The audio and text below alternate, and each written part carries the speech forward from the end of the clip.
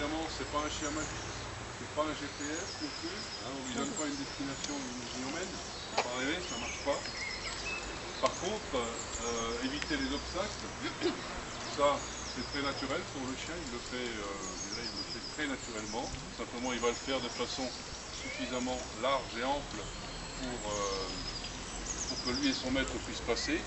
Mais surtout ce qui est intéressant sur un trajet que la personne déficiente visuelle ou aveugle ou malvoyante pourra faire, c'est tout simplement que le chien va être capable de faire des recherches.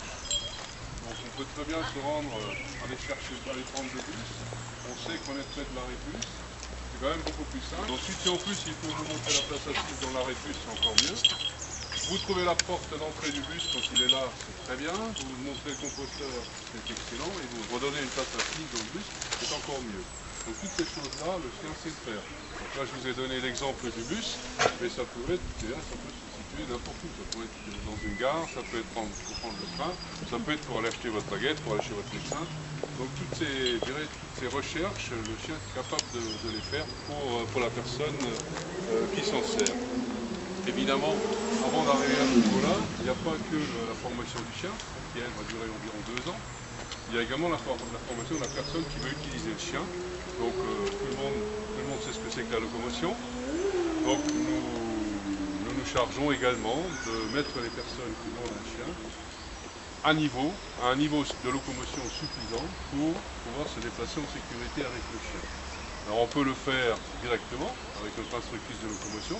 Quand la personne demandeuse a déjà un bon savoir-faire.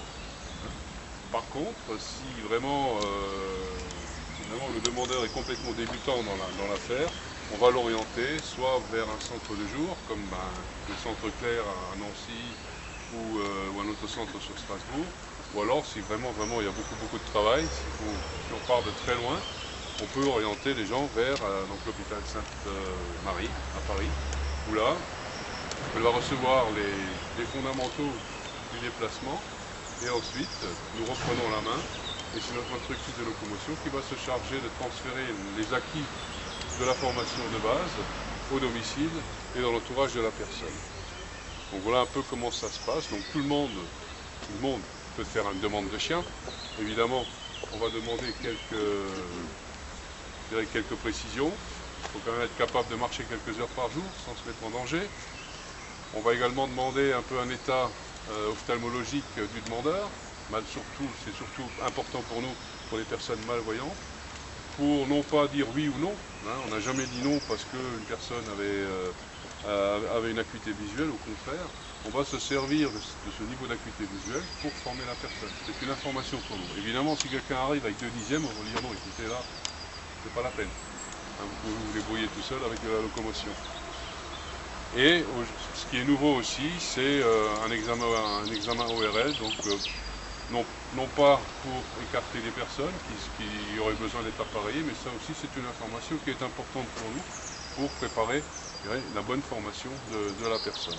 Voilà un peu comment ça se passe. Alors s'il y en a qui sont... Tu as oublié de dire un truc important, ouais. Le chien il est gratuit. Voilà, donc voilà, tout est gratuit, le chien, la formation, tout est pris en charge par notre association. Donc Christiane, on est rejoint par les élèves. Donc, Audrey et Guylaine avec leurs chiens, ils sont déjà au harnais, non? Ils commencent. Ils commencent, voilà. Donc on va laisser Christiane ouvrir la marche et puis vous verrez derrière Christiane, donc ces jeunes apprentis, hein, qui pour certains, pour Hippie qui sait déjà faire un certain nombre de choses, et puis pour Haribo,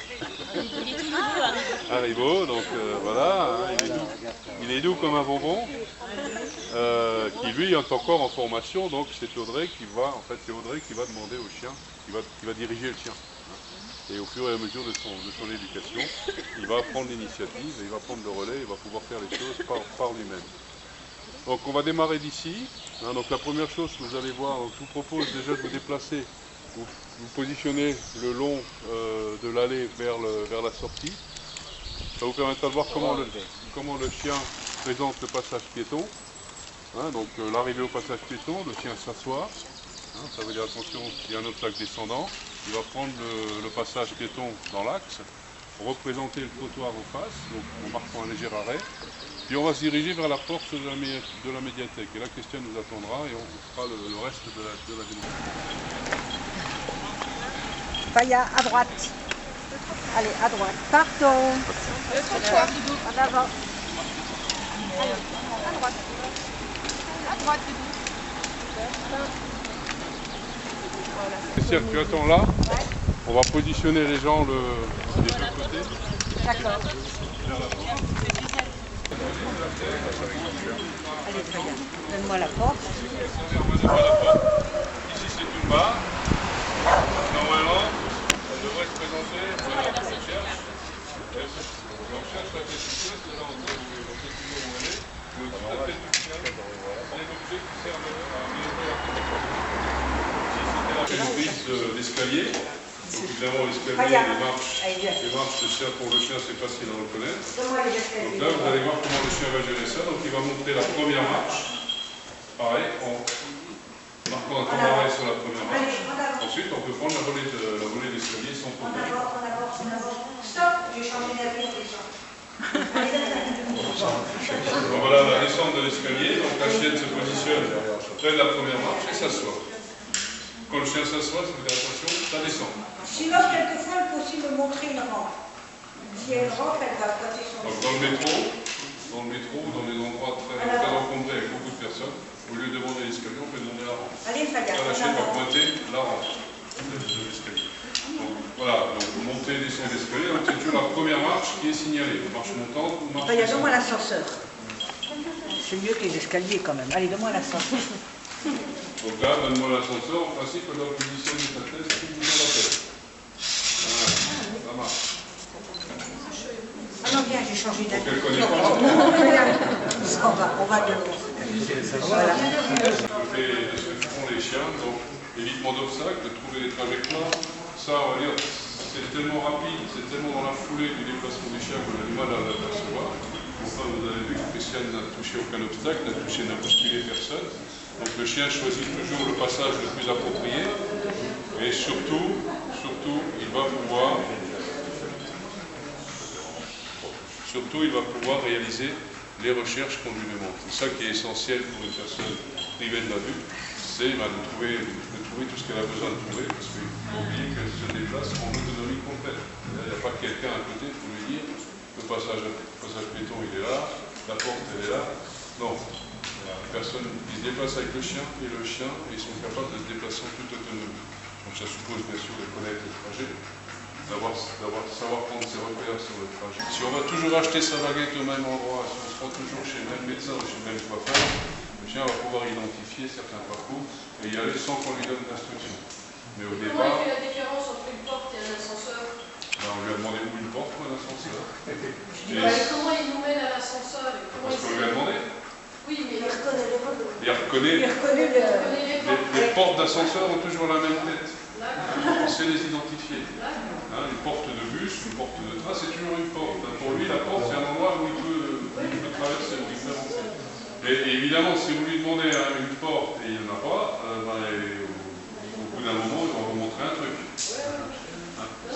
C'est pour ça qu'il est important de savoir où on se trouve, pour ne pas donner des ordres aberrants à son chien. Si vous lui demandez un escalier ou un escalator alors qu'il n'y en a pas, ça devient compliqué. Bon, après, on va dire que ça va dépendre aussi jusqu'où on va aller dans la personnalisation du chien et du maître par rapport à leur trajet et leur utilisation courante.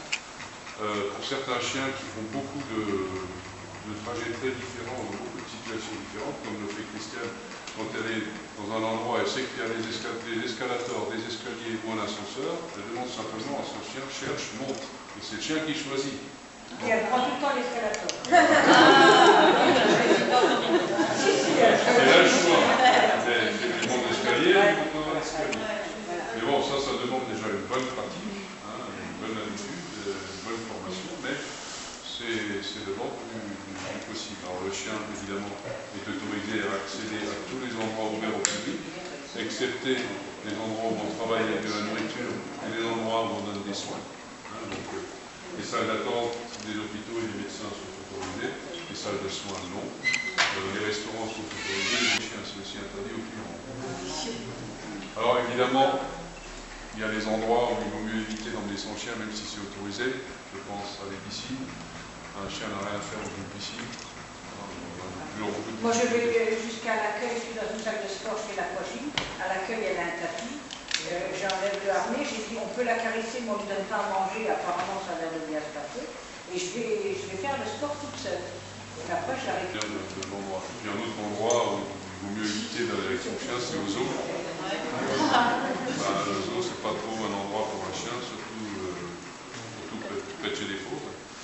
Parce que là, il change de statut, hein, il est plus prédateur, il devient casse-croûte. Hein. Et lui, il le sait, hein, même s'il ne sait pas ce que c'est qu'un lion, mais il le sait. Donc voilà. Et quand on prend l'avion, le chien, il n'est pas dans la soute, il est avec nous en cabine. On a 2 sièges, et en général, on est contre le hublot, et le chien, il doit être du côté du hublot. Et voilà, il est couché par terre. Non, on paye une place. On paye une place, mais 2 places sont bloquées. Dans le train. Et une fois j'arrive à Lyon, j'allais à Marseille, donc avec un changement de train, d'avion à Lyon. Et en fait, des gens de l'aéroport, ils viennent me chercher. Je suis toujours la dernière à descendre et la première à remonter dans l'avion. Donc j'attendais et le commandant de bord, il est venu voir si le chien avait bien voyagé, pas moi. Il y a un service comme à la SNCF, donc un service d'accompagnement. L'équipe, donc personnes aveugles et les chiens, sont pris en charge dès l'enregistrement et pour les transports. Et la récupération des bagages. Donc ça fonctionne très bien. Merci beaucoup pour votre intervention, en tous les cas. Merci d'avoir participé.